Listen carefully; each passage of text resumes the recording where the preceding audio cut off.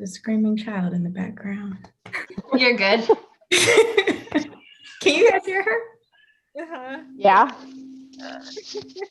You guys are live.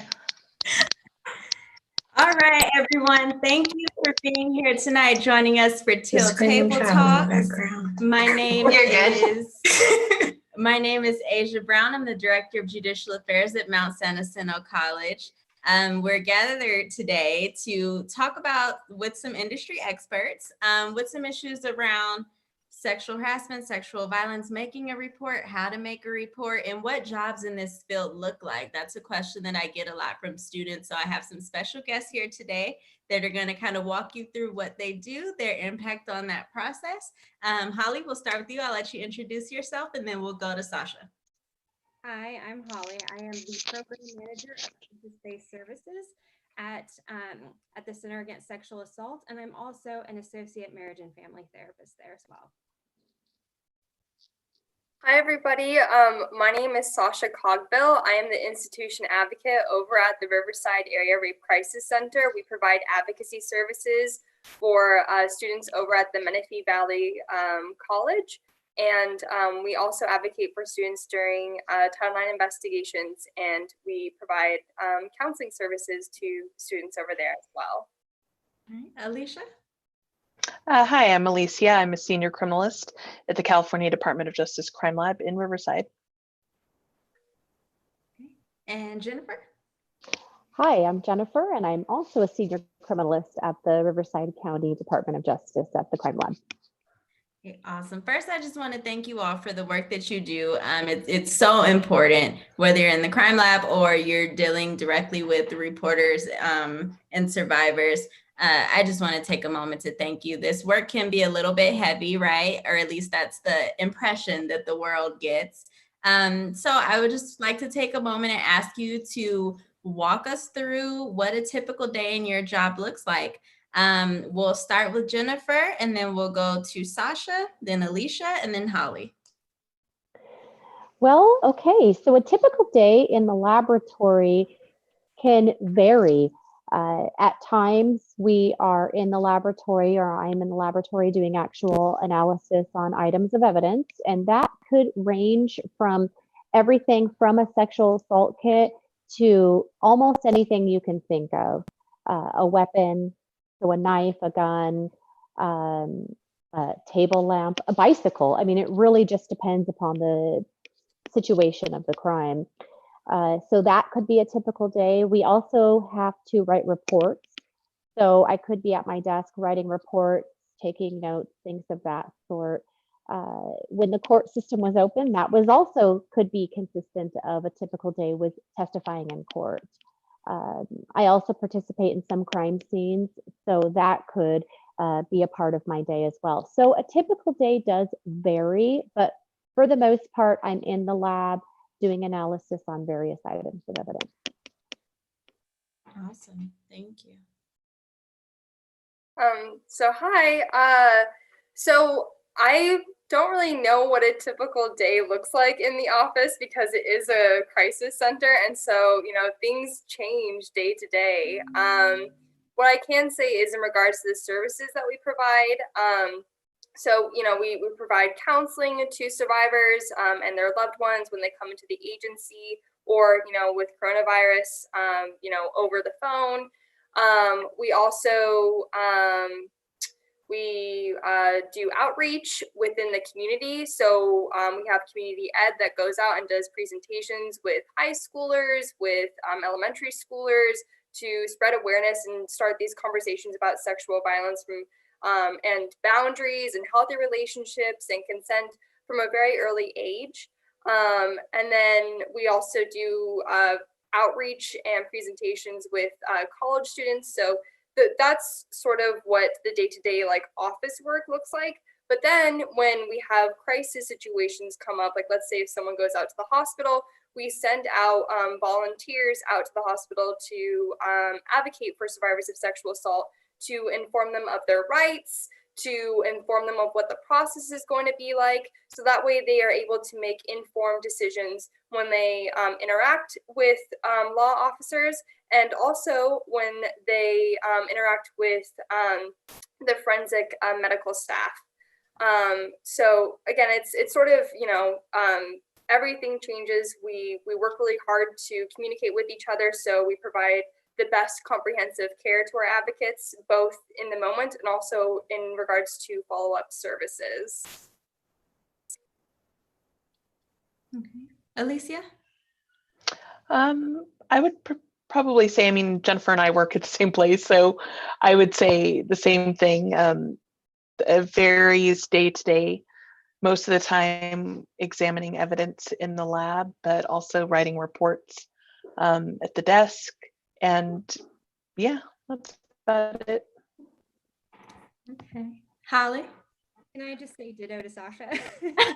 No, that's cheating. So like Sasha, none of my days really look exactly the same. There's a lot of variety in what I do. So because I'm an associate marriage and family therapist at CASA as well, some days I have a full day of just seeing clients or survivors of sexual assault.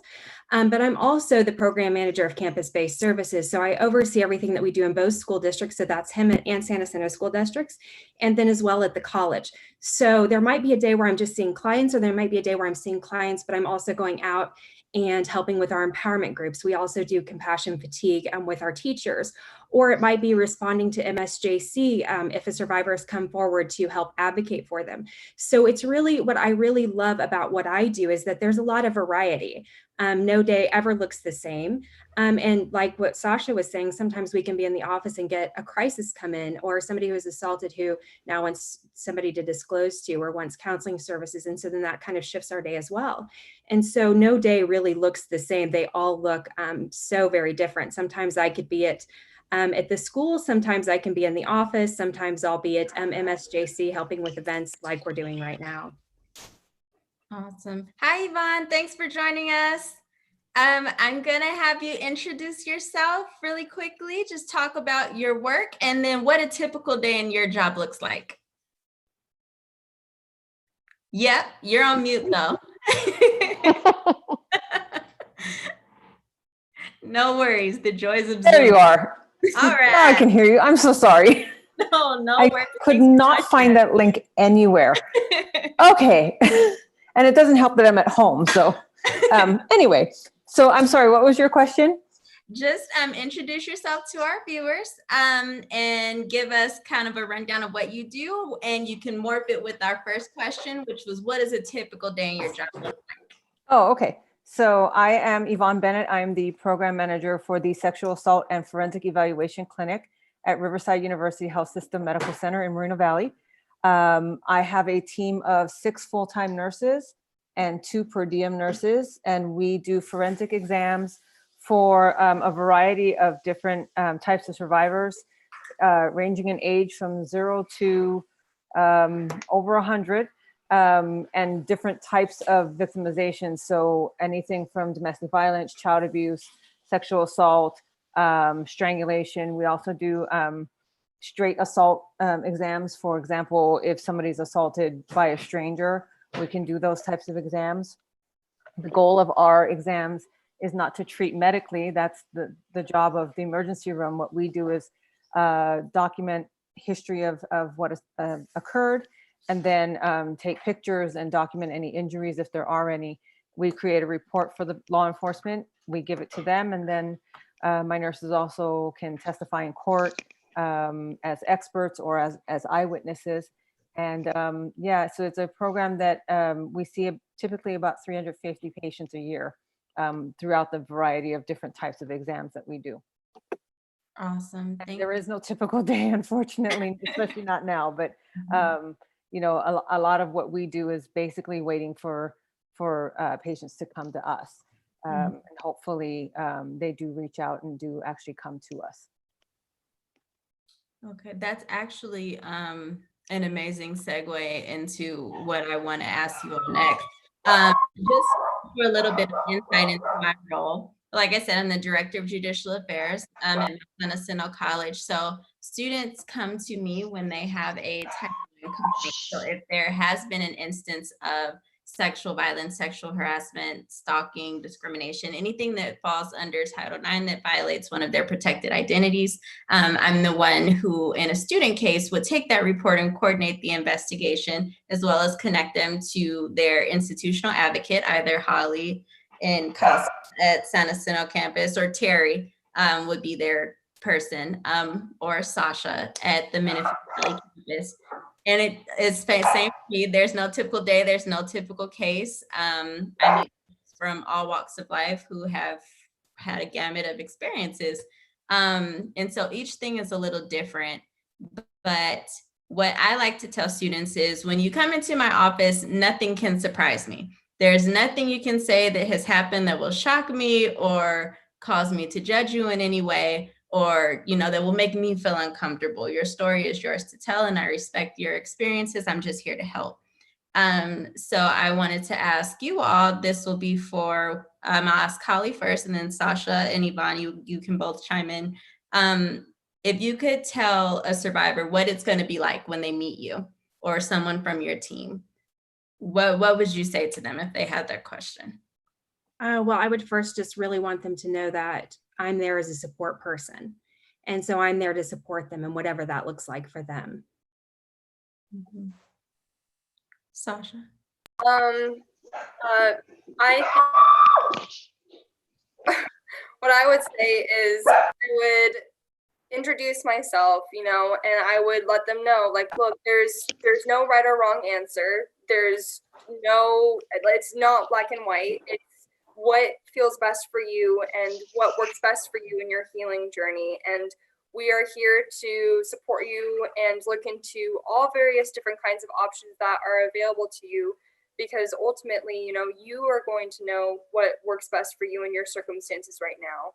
And, let them know that if they change their mind with certain things, like we'll help support them through that as well. But just letting them know that they have options and they have that ability to gain control over their life again. So for our team, typically what happens is the survivor will report to the emergency room and hopefully will be there very briefly. We try and get them out of there as quickly as possible, just because it's so noisy and chaotic. And then of course, now with COVID, we definitely want them out of that environment as soon as possible. Although we do take every precaution, to protect ourselves and our patients that come in.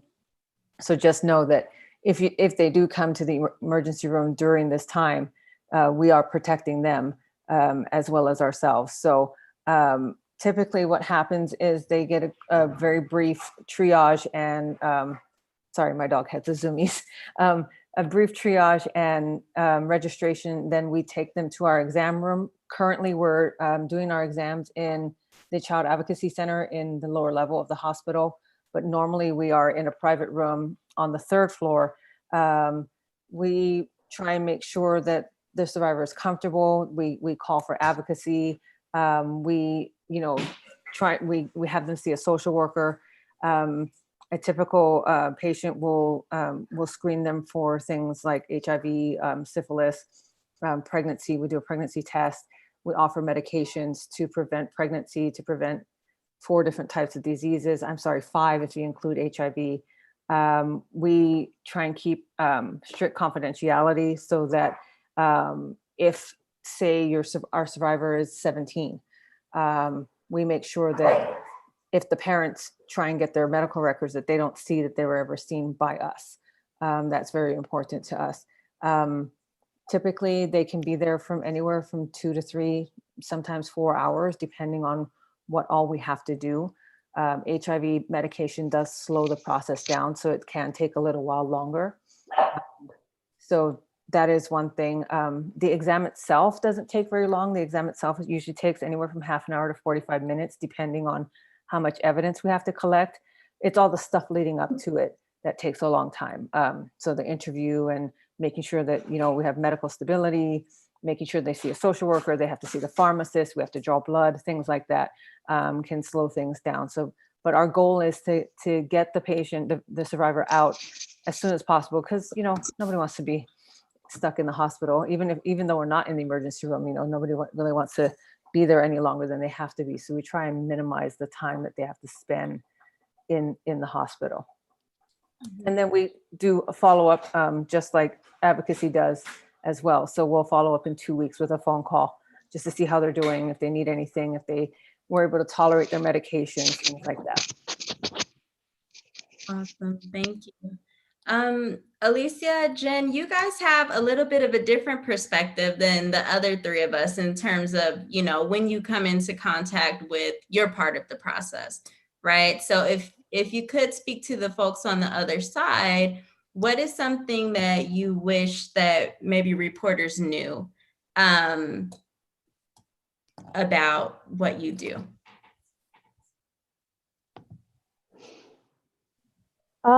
I guess I can talk first. So like you said, we have a different perspective. We are not there face to face with anybody, basically. What we receive is typically a kit that has samples that we need to sample and or analyze and look for DNA usually. So what we do is we read the actual forensic report and sometimes the officer's report. So on our end, I guess what I would advocate or want people to know is to report as soon as possible, just to preserve any evidence that could be possibly there on their person or that they came in contact with. And the next thing is to be as honest or truthful as possible. I know some of these situations, most all of them are very personal, and it's some information you don't want to divulge or sound in a certain way, make yourself seem a certain type of person, but we're not judging you in that sense. We just want to make sure that we're able to do the best job possible with what we're given, and that would be with knowing what exactly happened. Alicia, do you want to add anything to that? No, I think Jennifer covered it, definitely. Awesome, thank you. Dama, thank you for joining us. Sorry about the Zoom mix-up. If you could just introduce yourself to our viewers and kind of give us the rundown on your job and what a typical day looks like in your role. Yes, hi, I'm Mchale. I am the supervising deputy district attorney for our SACA, which is our sexual assault and child abuse unit in downtown Riverside. And essentially, after the police department investigates a crime or something is reported to them, and typically the victims or the survivors are taken to RUHS or the like for exams, then the police reports are generated and they come to us. A DA who is responsible for reviewing those cases looks at the cases and decides whether or not we have enough information to be able to file the case. If we have enough information, a case is filed, and then obviously the defendant is arrested and put into custody or put out on bail, depending on the situation. And we then go forward on the charges. If we don't have enough information, or if we think that the case is unfortunately in a position where we can't prove it, we will either send it back or potentially reject the case. Obviously, that's not what we want to do, but sometimes we know that that's the reality. These are, if we're talking about adult sexual assault cases, obviously those are tough for us to prove, but we do fight to make sure that we are able to do as much as we can. I would like to say that you all at the Rape Crisis Center actually provide some very valuable stuff for us. Just recently, I had an advocate call me from Denver, Colorado, and talk about a case that occurred 2 years ago. And she was an advocate for the survivor, and she wanted to understand why the officer didn't submit the case to our office for review. And I didn't know, because I knew nothing about the case, because of course we didn't know about it if the officers don't submit it to us. So based upon her urging, I went ahead and read the case. And we ended up filing that case a couple of weeks ago. So that defendant has been arrested and he was placed in custody. He subsequently bailed out. And then in the meantime, because of the press it's received, we've had a couple other people come forward and talk about some of the stuff that he's done with them. So, you all sometimes are on the front lines on a lot of stuff. You may hear about something that we don't hear about.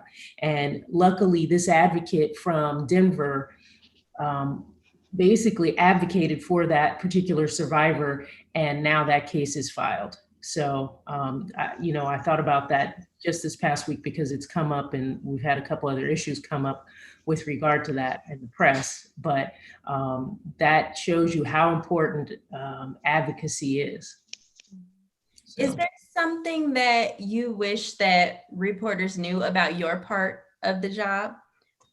I do. And, it's funny because we are not allowed to speak about the facts of a case or other stuff that we knew. So what happens is, which is what happened in this case, the attorney representing the defendant, he's able to put out there facts that are basically untrue and basically trying to make it seem like we are out to get this guy, everybody's lying and that type of thing. But of course we can't counteract that because we are not allowed to, by law, to go out and speak about a case. And so I always caution everybody with regard to the press. So, because don't believe everything you hear. And I think that is a perfect example because the attorney has spoken to one of the members of the press enterprise, and he's basically saying that we reviewed this case 2 years ago, which is untrue. The case was never submitted to our office, and that's a whole other issue. Because I don't really understand why, but I think a detective, well-meaning or not, just decided there was not enough evidence to pursue it, and I disagree with him. And anyway, so because this person was arrested now, of course, the defense attorney is trying to put all this stuff out there and make it seem like, the victim's lying and all this other stuff. So, and of course we can't come back and counteract them. We are not allowed to do that. So that's one thing I wish people did understand is that the press is there to, on some level, to sensationalize a lot of stuff. And we don't have the ability, because we do have to present a fair trial, and we can't do that by going out and trying our case in public. So. Yeah, that's definitely a tough spot to be in, to have to kind of show that impartiality. Mm-hmm.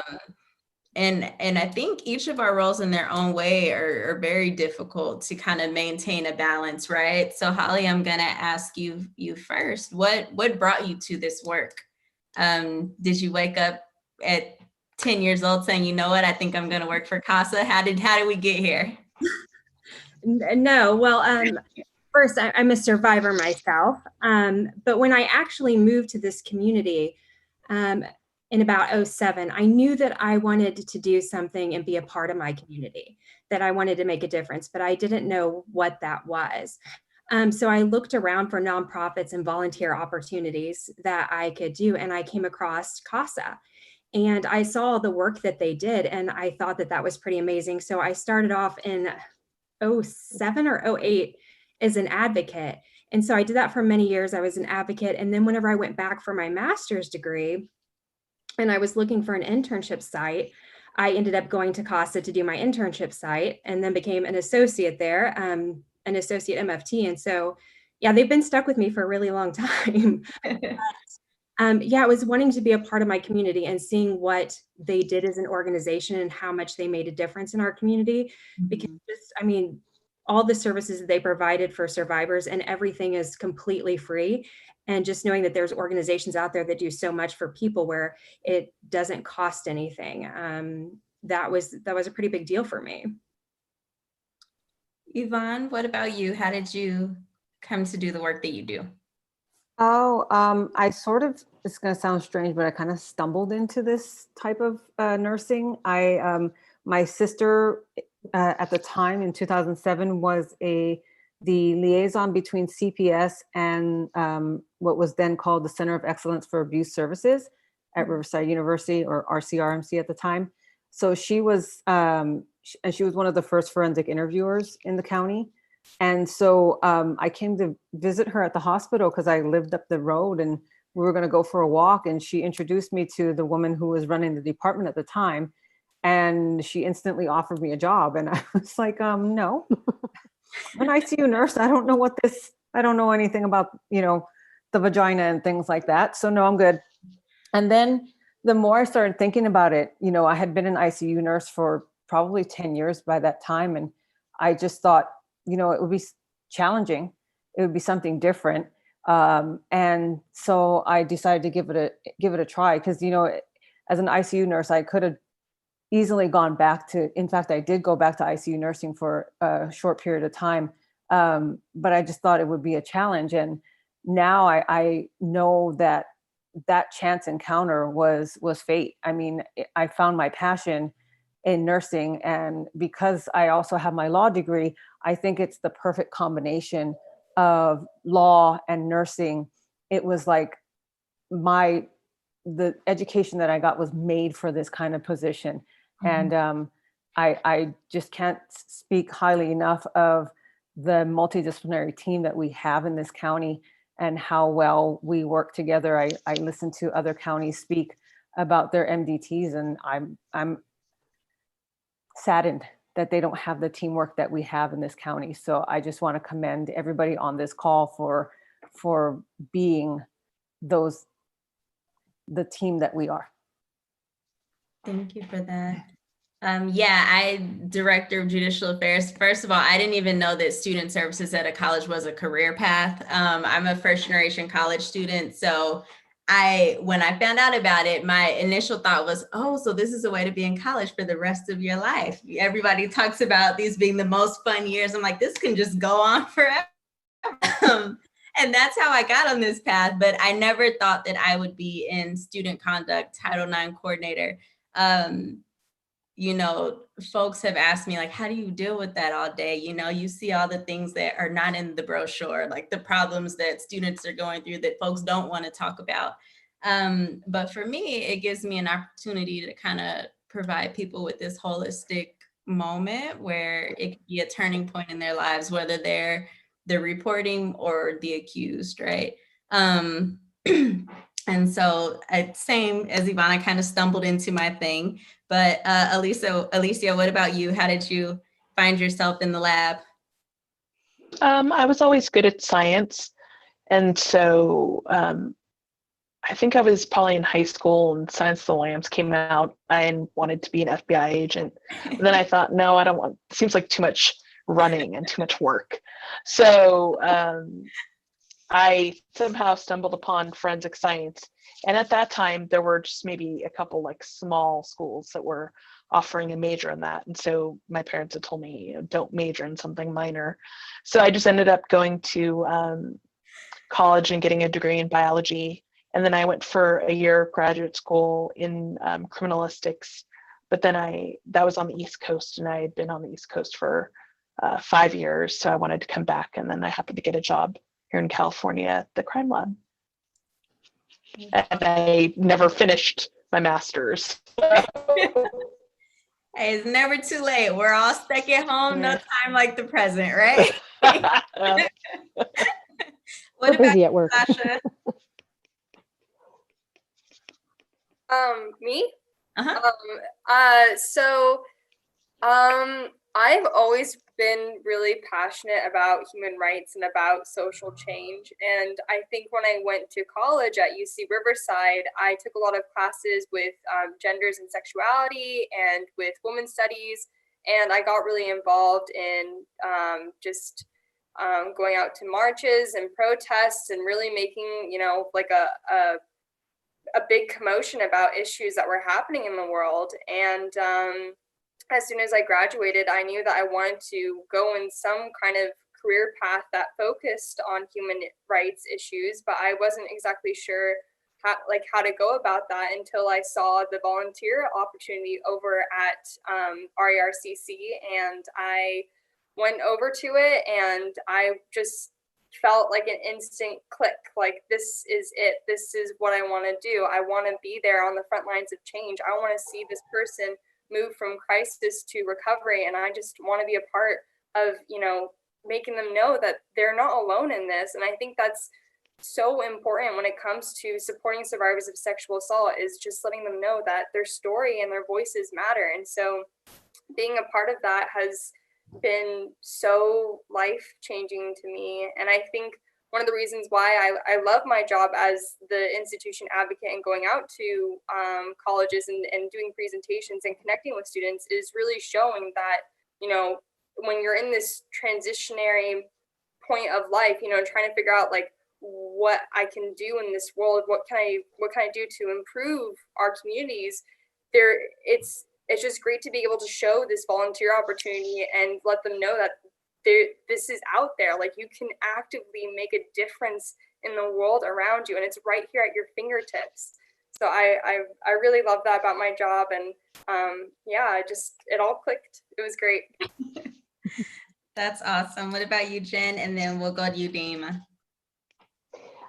So I too kind of stumbled upon my career at the crime laboratory. I started off volunteering when I was in college, which was a great opportunity. I was able to kind of get a feel for things and see how the job actually itself worked before I dove right on in.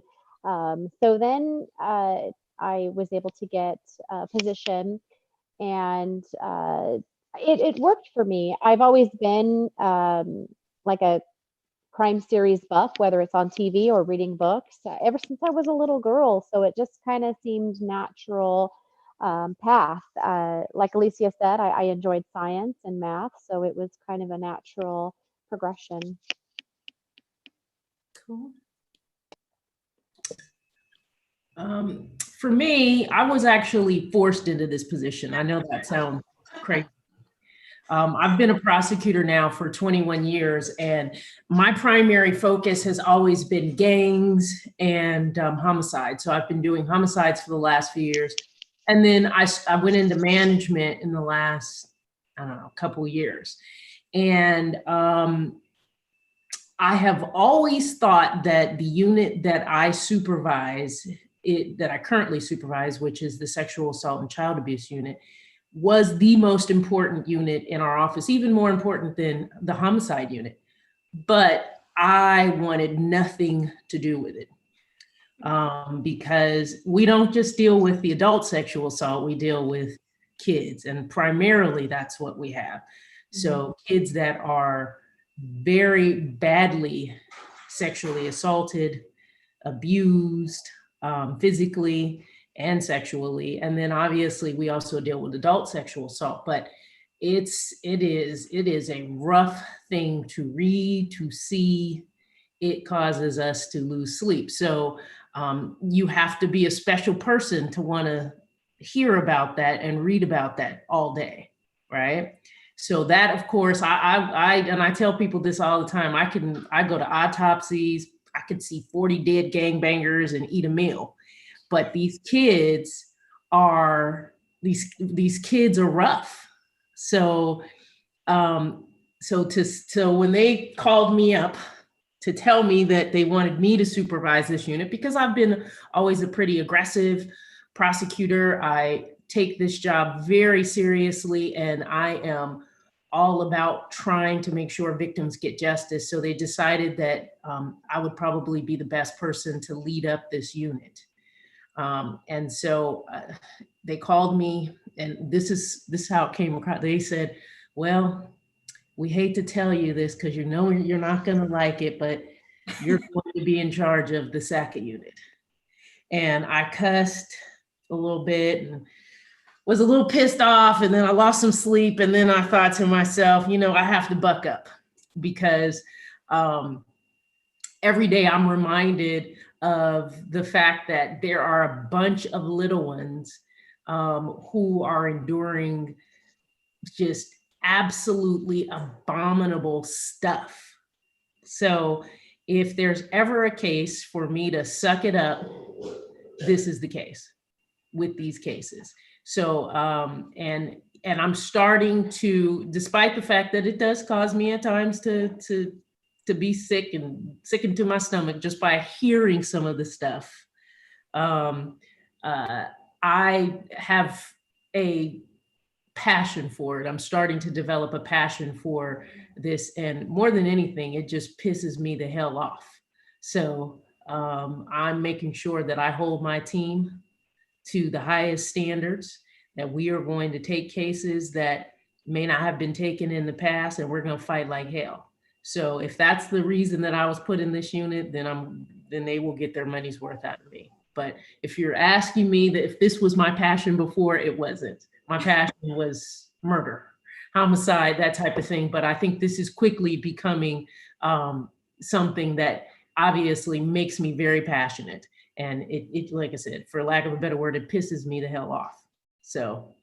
You keep segueing perfectly into my next question. So with all that being said, how do you keep yourself in this work? And everybody start marinating, because I'm going to ask you to. It's a tough field. Like you said, you can lose sleep at night, a lot of nights.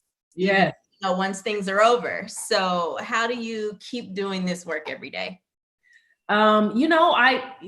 This is so new to me. It's tough. Like, honestly, I have to laugh at myself sometimes. We have jokes, and sometimes I know that if people from the outside probably heard them, they'd probably be like, what? You guys are insensitive, but it's not. Sometimes we have to laugh so that we don't cry.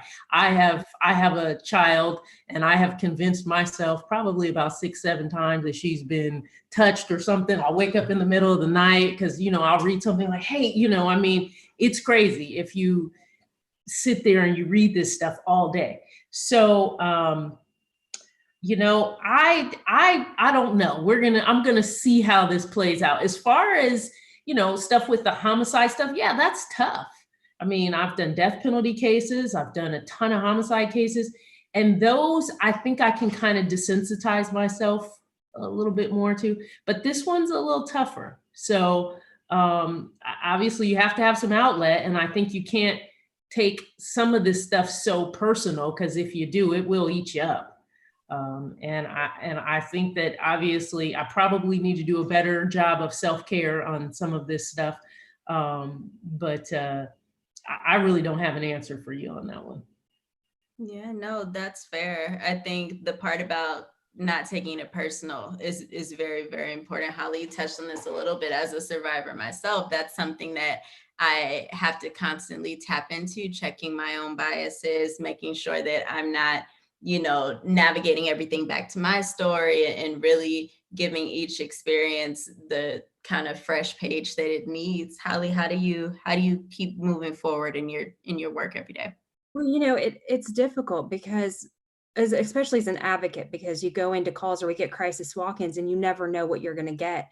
And each of them impact you a little bit differently. Sometimes some stories impact you way more than others. I think that I am extremely fortunate that I work with an amazing group of people, and my colleagues are all so supportive. And I can't imagine being in an environment where I didn't have that, because my colleagues and we can debrief with each other, and they're a great support system, and we kind of go through that together. But I think that regardless of that, we have that great support system, that we do have to engage in self-care, and that has to be intentional stuff every day, so that we don't get to a place where we're burnt out or we have compassion fatigue. And to help us to help others, we really, is kind of trite as it sounds, we have to take care of ourselves, because you can't pour from an empty glass. So it has to really be intentional. And I know as time has gone on, for me, self-care has kind of changed what that looks like. But I think that it's, identifying just a little something intentional that we can do for ourselves every day. Sure. What about you, Yvonne? I think what keeps me going is some of my patients from early on. I think Diamond, I know who you're talking about, who was in Denver, because I was her nurse in 2008. And she became an amazing advocate. And she has told me that part of the reason that she got to where she is now is because of the care that I gave her in 2008 when I cared for her. So I try and think of it as my job as a nurse is to make someone's worst day just a little bit better. And if I can get them to the starting point of healing just in that brief time that I'm with them, then that's something that I want to accomplish for everybody. I went through a long period of time where I didn't get to see patients because I was so well staffed that I just didn't see patients. And then when I got to start seeing them again, oddly enough, I was very happy because that, as a nurse, is what I love doing. I don't love doing paperwork. I love caring for people. So, but I've had vicarious trauma where I've, stood in this very living room a few years ago, bawling my eyes out. My husband's asking me what's wrong. And I'm like, I don't even know. And so, I had to take the day off and have a mental health day and just, do some retail therapy. That's my therapy. I shop on Amazon. It's a very unfortunate kind of therapy. Hey, whatever works. Yeah, No true. judgment zone. Very true. So, and then, on particularly, when I hear really bad, especially when it's an intimate partner, I come home to probably the best guy I've ever met. And just sometimes I just hug him and just thank him for being who he is. And, I've known my husband since I was 15. So that's 30 years. We don't talk about how long that is, but, I'm just lucky, and there, but for the grace of God go I. So I've listened to some survivor stories and I'm just like, that could have been me. That could have easily been me. And so I don't judge. I have been in those shoes. I just, I don't know why it didn't happen to me. I just don't know. And I have to remember that then that's where my feelings of compassion come through, I think, is that could be me and it could still be me. So yeah, and my staff and I, we're just like the DA's office, we have really bad jokes. So we laugh a lot. It might sound crazy. I'm sure the people in our office suite are like, why are they laughing so much at the sexual assault team? But we have to laugh. Otherwise we're going to cry all the time. So that's our coping mechanism at work. What about you, Alicia? And then we'll go to Jen. What inspires you? What keeps you doing the work that you do? I really like my job. I think it's not the same thing every day. I do like the idea of helping people. And I think the fact that we don't meet anyone involved with a case until maybe possibly testifying in a trial, I think that helps keep us from, I don't know, I can only speak for myself, from getting burnt out. The stories seem, or what's happened, the evidence in the case, all that stuff seems kind of at arm's length. It's something that we examine, we read, but I don't take it home with me. It's we laugh at work, we listen to podcasts, music, talk and gossip a lot. So I don't know, I take it seriously and that I want to do the best work that I can for the evidence, but I think maybe the fact that we're kind of separate keeps me from taking it personally or needing a lot of self-care. Yeah, I agree. I think we do kind of keep ourselves at a distance because we're not there with any victims. Rare circumstance, we go out to a crime scene, that's a whole nother topic there. But typically we're seeing things after the fact. And I think that does help keep that distance with the emotional aspect of these type of jobs. And Alicia said, we try to have as much fun at work as we can. You have to make things as light as you can in these heavy circumstances that everybody's dealing with. Mhm. Jen, I'm going to come back to you. What are some skills that for our students watching that they would need to be successful in your field? Well, for the crime lab field, you have to be able to obtain a science degree. So you have to have some knowledge and or educational background in science, obviously. Math is another thing that we need to have some sort of skills with. The other things that we don't necessarily talk about is having some interpersonal skills. We all work as a team. So that's something we kind of struggle with when you think of a scientist or somebody with a science background. Typically, they're not the most personal of people. I've But that is never something that is something that we rely on. We work as a team. We do a lot of things together. We have to testify in court, so we do have to come across in some sort of a aspect that people can, look at us and relate to us. So I think those are some skills that are beneficial when working in the crime lab.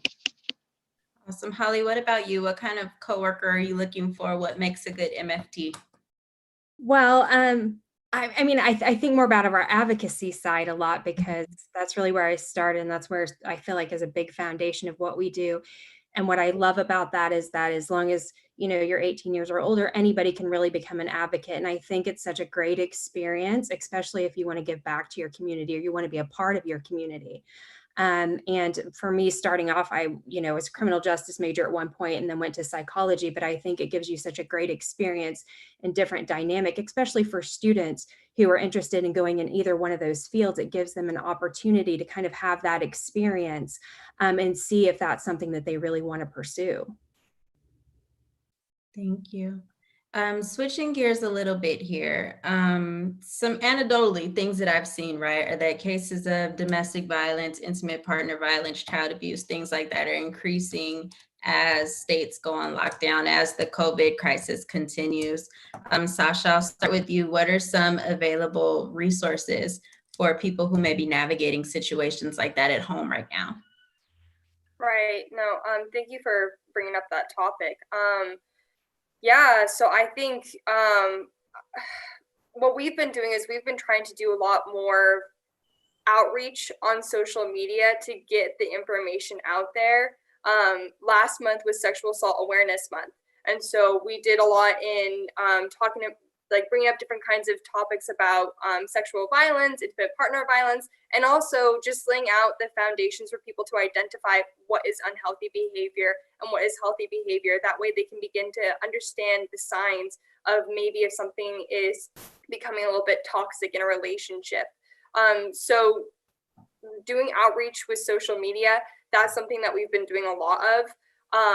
That way, when people share that kind of material, it sort of sets off a light bulb that oh, I recognize this happening before with my friend or with a coworker. Maybe I'll check in with them to see if anything has happened or, if they need any support or help. So that way that conversation begins happening. But also just, connecting with our community partners, letting people in the community know that we're open, we're available, we're working all together to provide the best services available to survivors. As soon as this coronavirus outbreak happened, we got in contact with CASA, we got in contact with the SART nurses to see, okay, what are we going to do? What kind of protocols are we going to develop together as a team? So that way we continue to provide the best services available unimpeded by this coronavirus outbreak. So working cohesively as a unit to make sure we're all on the same page. And that way, regardless of what service area a survivor is in, we're able to, work together to make sure that they're given the best services possible. And then also just updating our services to be, via telehealth. So, developing a protocol with Zoom if our clients want to do counseling services over Zoom, or, letting them know that we provide counseling services over the phone as well. So really just adapting as this coronavirus is this coronavirus has happened, but also just working together and using communication as a means with the community to make sure that the services that we provide to survivors continue to be as best as possible. Can you talk a little bit about those services? What are some of the services that folks can access at RARCC? Yeah, so as always, our services are free, they are confidential, and they're available 24/7. We are here for everybody in the community. We offer confidential crisis counseling via the hotline, so you can call in on our number, and that number is 951-686-7273. Again, that number is 951-686-7273, and that will get you in connection with a confidential crisis counselor at any time.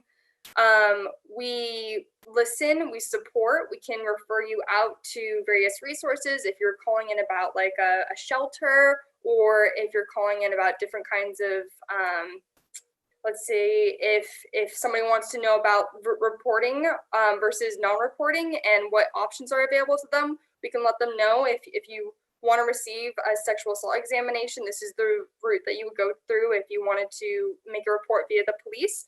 Or if you're not ready to make a report, you can go through and tell a medical practitioner that you had unprotected sex. So that way you can get that kind of comprehensive care through that avenue. So essentially just informing them of their options. And then we can also do advocacy. So because of the coronavirus outbreak, it has changed a little bit.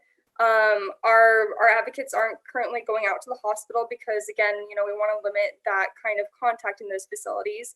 But we work really well with our SART nurses, so that way the SART nurses informs the survivor that you have a right to an advocate, and getting them in connection with the advocate over the line. So that way, over a confidential phone call, we can let them know who we are, what we can do for them, what options are available to them. If they want us to remain on the line during the sexual assault examination, then we will remain on the line with them and just, support them and listen to them. And we always, assure them that we can provide them with that follow-up phone call if they consent to that follow-up phone call, what that looks like, if they allow us to call in from a blocked number, or if we're calling in from the agency, if they want us to unblock our number in regards to scheduling counseling appointments. So yeah, that's a little bit different. Same thing with law enforcement interview accompaniments. Previous to the coronavirus outbreak, we would go out to the law enforcement agency and support the survivor in person. But again, because of this outbreak, we're doing that over the phone. So that's also been a little bit of a challenge because, just getting that information out there. But I think through talks like this, letting them know that these options are still available. It's obviously not what we want to have happen, but due to these circumstances, we are doing everything that we can to make sure that these services remain available to survivors of sexual assault. And then counseling, that's free, that's confidential. You can call into the agency and request a counseling session, and we will schedule an intake session with you where we ask you a series of questions to find out, how best we can support you, where you're at in your healing journey, and then we'll move through in providing those confidential crisis counseling services. So yeah, that's a little bit about what we offer. And then on top of that, presentations and outreach. So we wear many hats in the agency. That is a fact. And I know that the same is true for CASA as well. Yvonne asked the person on the call who's in hospitals right now, how has COVID-19 impacted your work and maybe impacted the survivor experience? We haven't changed our process very much, aside from the fact that advocacies aren't coming out in person. But we do still make sure that they get in touch with somebody from either agency, and make sure, if there's a student, that they get in touch with their Title IX office or their care unit. The only big difference for us right now is that our exams are being done outside of our normal exam room, which was a very comfortable room. And I'm training 3 new nurses, and they have to train in this tiny room. But nurses are we're adaptable. So That's really the only big change. All of our services, forensic services are free of charge to all survivors. So that includes the forensic exam, pregnancy testing and prophylaxis, STI testing and prophylaxis, social work, all of that. Now, if you have a broken bone, obviously you may get charged for something like that, or a CAT scan if you've been strangled, things like that. They can charge your insurance for that. The only part of our exam that isn't free is the HIV medication, but we can get emergency Mchale. We do now give all the medication at the time of the exam. So before, we used to give a 3-day supply and they then hope that they could get the rest of the medication in time. Now our pharmacy has worked it out so that they run the patient's insurance at the time of the exam and give the full dose right there and then. It is an amazing service that is unique to our hospital. I don't think very many hospitals have the capability of doing it, but because we are a county hospital, we're able to do that. So, and that's the only real aspect that's not free of charge. Everything else is even, our advocacy groups give us clothing for the survivor to go home in. We can arrange for transportation. So there's a lot of services that haven't changed. In fact, for the most part, nothing has really changed except for the fact that we're not seeing the volume that we normally see as far as sexual assault.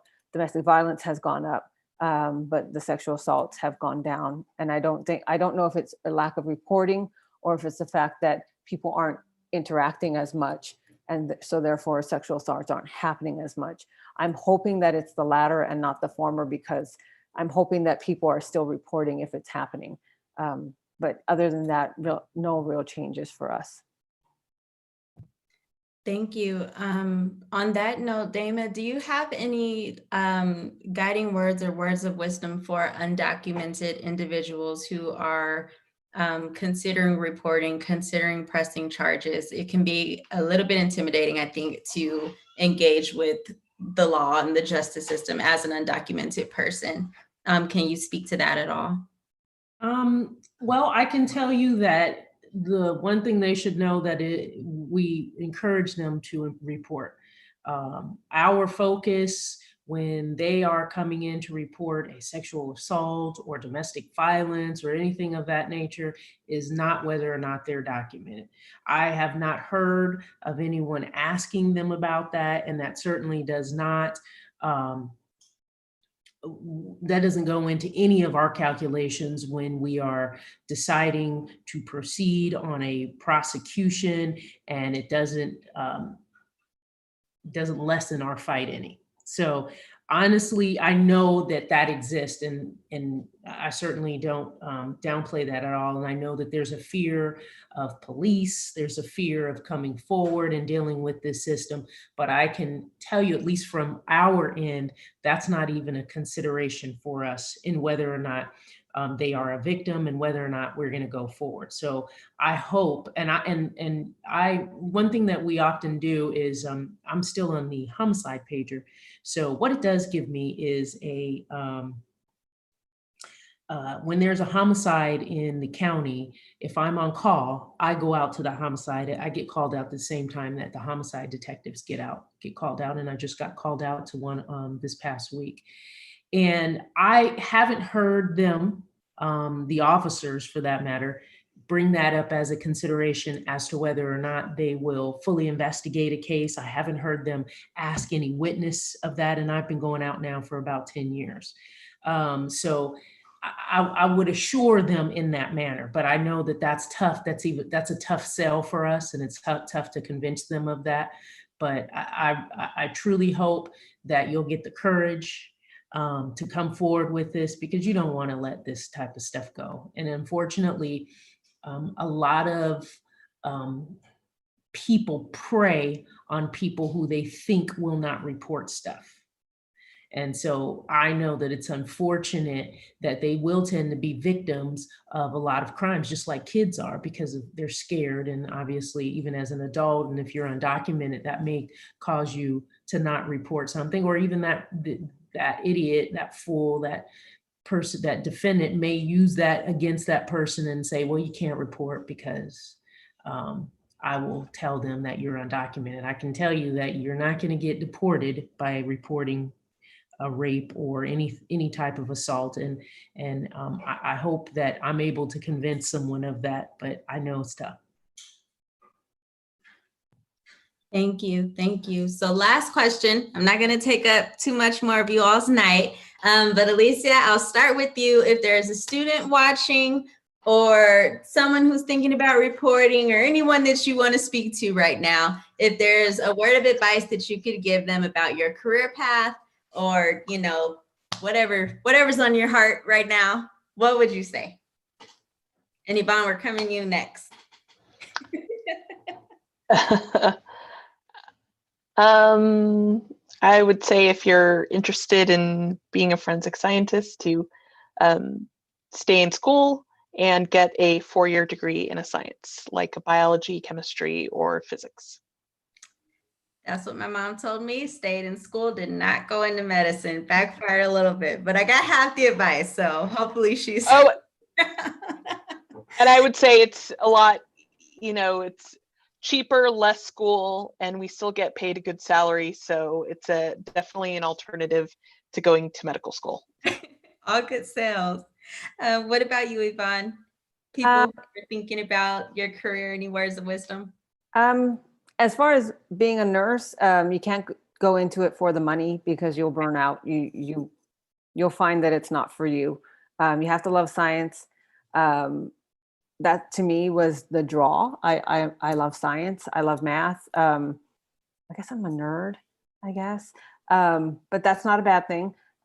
So that would be my, definitely don't do it for the money. Do it because you care about people. And if there's any survivors out there, just know that you can get a forensic exam without doing a police report. That's very important. That is your right under the federal law. And we make sure that that is enforced.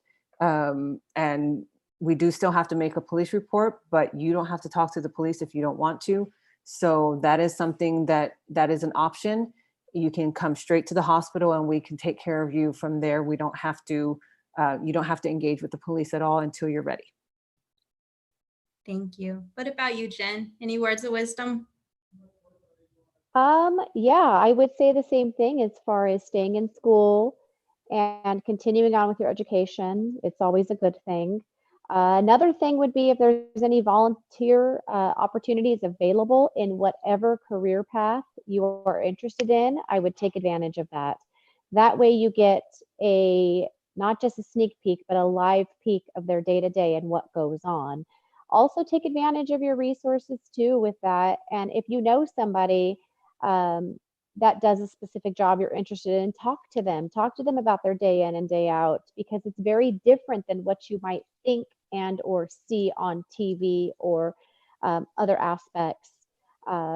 Call somebody at that particular job, talk to them, and they can give you the real perspective of what goes on. And like Alicia said, this is a good career path too. I enjoy my job. It's a good mixture of a lot of different things.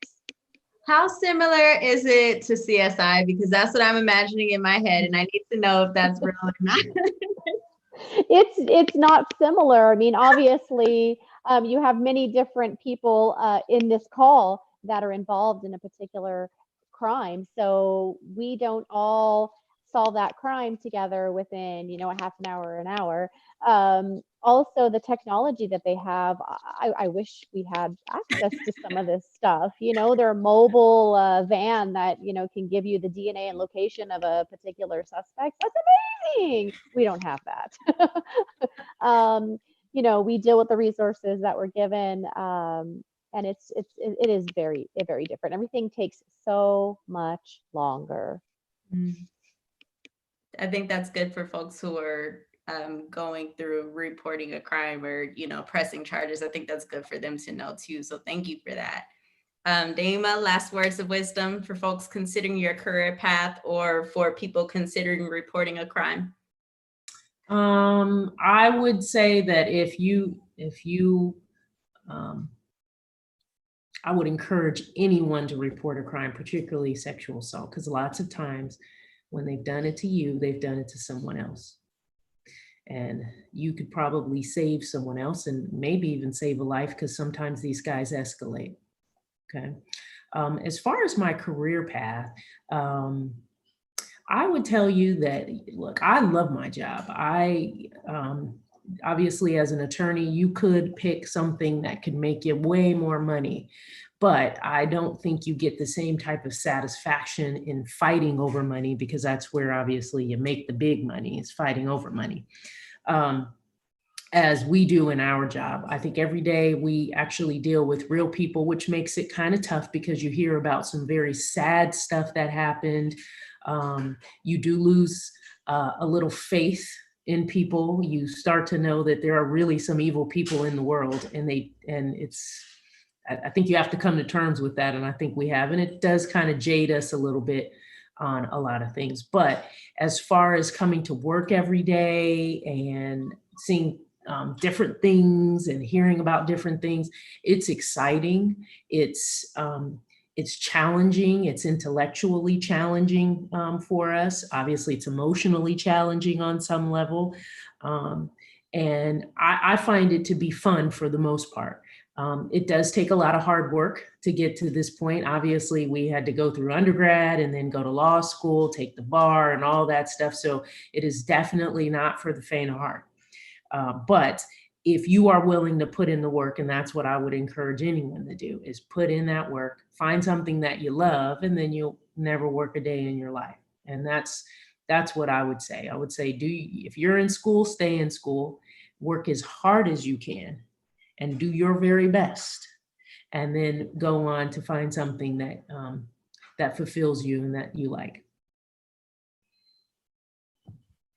Thank you. Yes, stay in school, do your best. And as the college administrator, I have to plug the California community colleges, right? It's a cheaper alternative. It's a great start. It's a great launching pad. Let you explore all these different areas for a very low cost. Sasha, what about you? Words of wisdom. I mean, sort of jumping off what Daima said, I think, just know that you're worth it. Your dreams are worth it. Sometimes it can be really challenging to see, how it all fits in together. For me, it was really hard to see, like, how am I going to give back to the community? I had so many questions up in the air. But just, believing that your dreams will come into fruition, just knowing that you're worth it, it helps you get through those really challenging times. And again, to any survivor who is out there, your voice and your experience matters.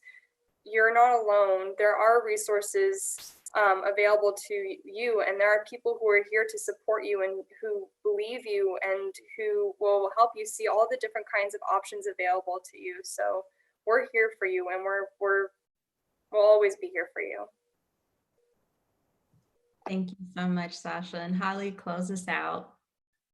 I would say, if anyone is interested in this field, again, another plug for becoming an advocate. Volunteer Victims Advocate is such a great opportunity. If you're interested in the field of psychology or criminal justice, it gives you insight and perspective into that field, and you get to really be a part of your community and help people in your community. So if you're interested, I think it's a great opportunity. You get 40 hours of training. You get to learn more about the field that you're interested in. You get to meet some amazing people and get to see a different dynamic of different aspects of the field that you may be pursuing. Again, for any survivors out there, if you are thinking about reporting and you are unsure of what you want to do, our crisis hotline is 24 hours a day, 7 days a week.